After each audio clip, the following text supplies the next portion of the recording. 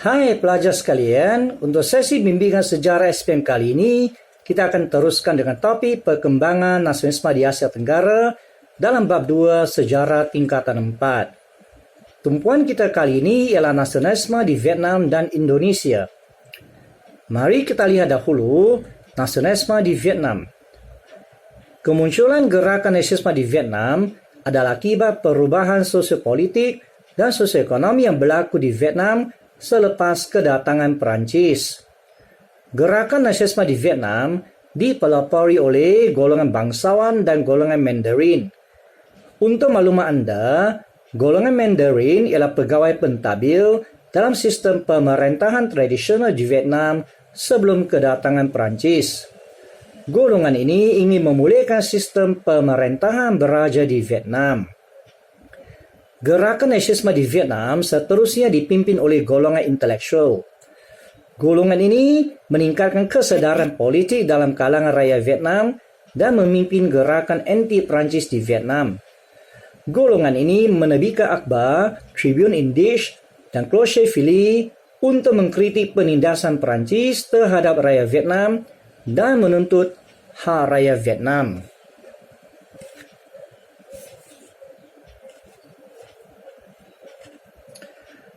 Selepas Perang Dunia Kedua pula, muncul gerakan bercorak revolusi di Vietnam, iaitu penubuhan Parti Nasional Vietnam atau Vietnam Quang Dang dan Parti Komunis Vietnam. Parti Nasional Vietnam yang dipimpin oleh Nguyen Tai Hoc mendukung ideologi nasionalisme.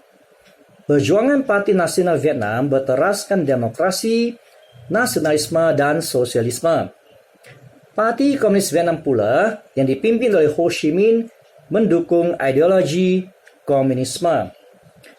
Parti Nasional Vietnam atau Vietnam Quang Dang melancarkan pemberontakan untuk mengusir Perancis dan menubuhkan kerajaan Republik Vietnam.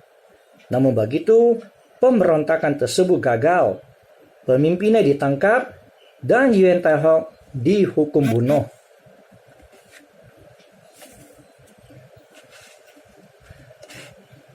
Selepas itu, Parti Komunis Vietnam meneruskan gerakan revolusi menentang Perancis.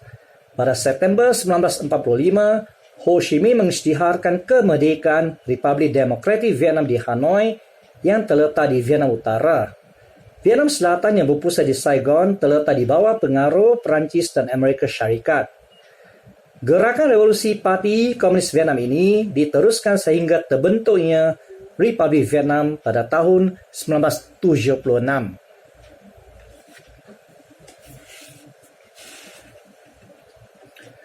Sekarang, mari kita lihat pula nasionalisme di Indonesia. Kemunculan gerakan nasionalisme di Indonesia adalah akibat dasar penjajah Belanda di Indonesia. Gerakan nasionalisme di Indonesia dipelopori oleh Raden Ejeng Kartini.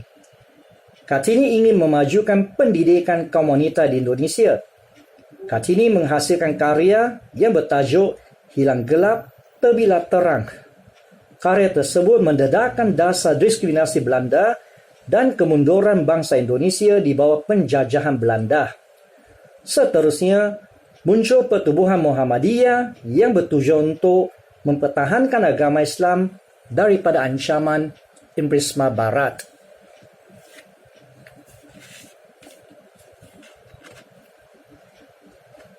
Selepas itu, gerakan nasionalisme di Indonesia menjadi radikal dengan penubuhan parti politik seperti Parti Nasional Indonesia pimpinan Sukarno, Parti Komunis Indonesia, dan Syarikat Islam. Semua parti politik ini memperjuangkan kemerdekaan Indonesia. Pada tahun 1928 pula, Kongres Pemuda Indonesia diadakan. Kongres tersebut melahirkan Ikrar Sumpah Pemuda sebagai tonggak nasionalisme. 3 asas dalam sumpah tersebut ialah satu tanah air, satu bangsa, dan satu bahasa. Untuk mengukuhkan perjuangan ke arah kemerdekaan Indonesia, Sukarno mempelopori pembentukan Permuafakatan Perhimpunan Politik Kebangsaan Indonesia. Pertubuhan ini merupakan gabungan organisasi dan parti politik di Indonesia yang memperjuangkan kemerdekaan Indonesia. Sekian sesi bimbingan sejarah pada kali ini. Jumpa lagi.